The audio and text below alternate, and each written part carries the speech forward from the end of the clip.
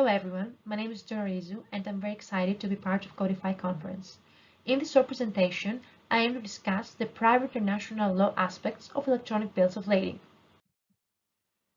By way of introduction, it shall be mentioned that bills of lading are negotiable instruments issued by the carriers of goods, which serve a threefold role at once. Since they are evidence of the contract of carriage between the carrier and shipper, they are receipt given by the carrier for taking the goods, and they are a document of title also. By and large, bills of lading are considered to be the backbone of seaborne trade. However, traditional paper-based bills of lading take time to be transmitted. And often, they do not arrive at the port of destination until after the goods have arrived. Therefore, serious issues arise, since the goods on many occasions must be delivered without the presentation of a bill of lading.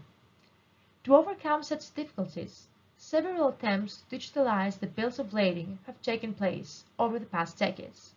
In this short presentation, after shortly assessing the current regime that recognizes electronic bills of lading and the relevant private international law rules underpinning such, I aim to examine the conflicts of law issues that arise in the case where an electronic bill of lading is blockchain-based, and conclude on the best way forward. To begin with, CMI rules for electronic bills of lading were introduced back in 1990. They constituted a list of 11 soft law rules that aspired to provide for a contractual regime for electronic bills of lading. However, mainly because of their legal nature and for other practical reasons, the rules did not really succeed. Additionally, they did not address the applicable law issue adequately since, as you can see here under Rule 6, they refer to international and national laws to decide the relevant claims. Then, Bolero rulebook followed, which constituted a significant effort amongst many industry stakeholders, but wished to make a closed, independent registry, the participation to which was only allowed for the registered parties. Bolero rulebook included provisions that addressed more adequately the issues of applicable law and competent courts, as you can see here under Rule 2.5. Bolero rules were an initiative with potential, but for a plethora of reasons, and mainly because of their closed nature, they were not so widely embraced and did not really allow for the digital transition of bills of lading. Then, an important milestone was the introduction of Rotterdam Rules. Rotterdam Rules laid the foundation for the electronic bills of lading being widely recognized and used worldwide. They adopted the principle of equal effectiveness of electronic and paper records and emphasizes the issuance, control, or transfer of electronic records has the same effect as the ones of paper transport documents. They embrace electronic transport records under Chapter 3, while Chapter 14 provides for a private international law regime where issues of competent court and recognition and enforcement of court decisions are dealt with under Article 66 to 74. However, there seems no specific provisions that address electronic transport records in particular. It shall also be noted that Rotterdam rules were adopted back in 2008, meaning that they were made prior to the birth of blockchain technology. Despite the fact that Rotterdam rules constitute a robust legal framework, the fact that only 5 countries have ratified the convention till now makes these rules just a bonus scenario if they ever come in force. Last, but not least, the model law on electronic transferable records is a uniform model law that has been adopted by UNCITRAL in 2017. It deals with the issue of legal effect, validity, and enforceability of electronic transferable records under Article 19. It provides for the principle of non-discrimination in relation to foreign electronic transferable records. However, as explained in the relevant explanatory note of the model law, this regime does not provide for choice of law rules, since it does not aim to alter the current private international law rules. Based on the above, it becomes clear that there is not a unified regime for electronic bills of lading, while the most recent and promising relevant initiative does not provide for private international law rules.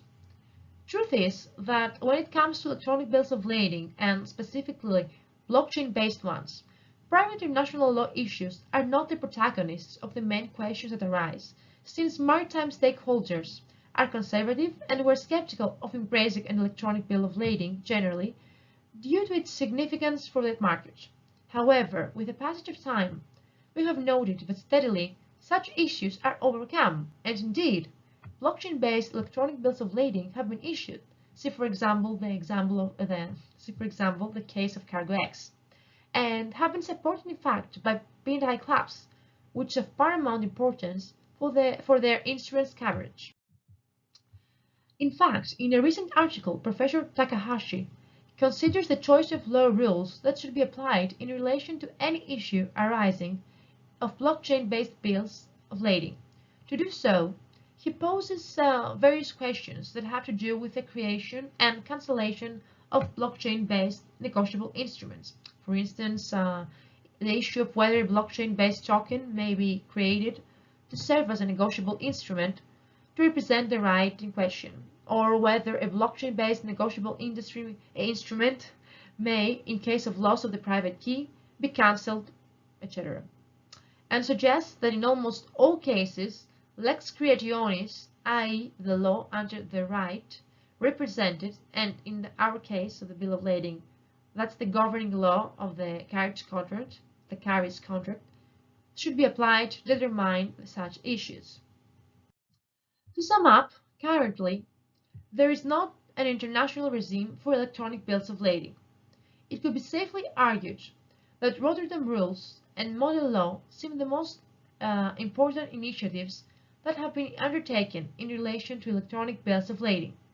In order to chart the best way forward, what shall be done is first to re-examine the above rules with a view of finding the strengths and principles of such that can be applied to a new digital era, and second, the three sister organizations, HCCH, UNCITRAL, and UNIDROID, should combine their forces and cooperate to conclude on whether the best legislative way forward could be a model law, a binding instrument, or non-binding principles.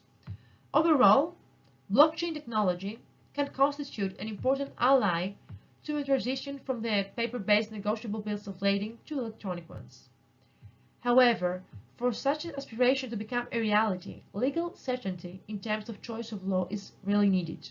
Currently, the legal scholarship is very limited on this important topic, but I remain optimistic that steadily further relevant discussions and research will follow that may lead to a new legislative initiative that will be based on previous rules and will cover properly all issues regarding electronic bills of lading, including private international law provisions.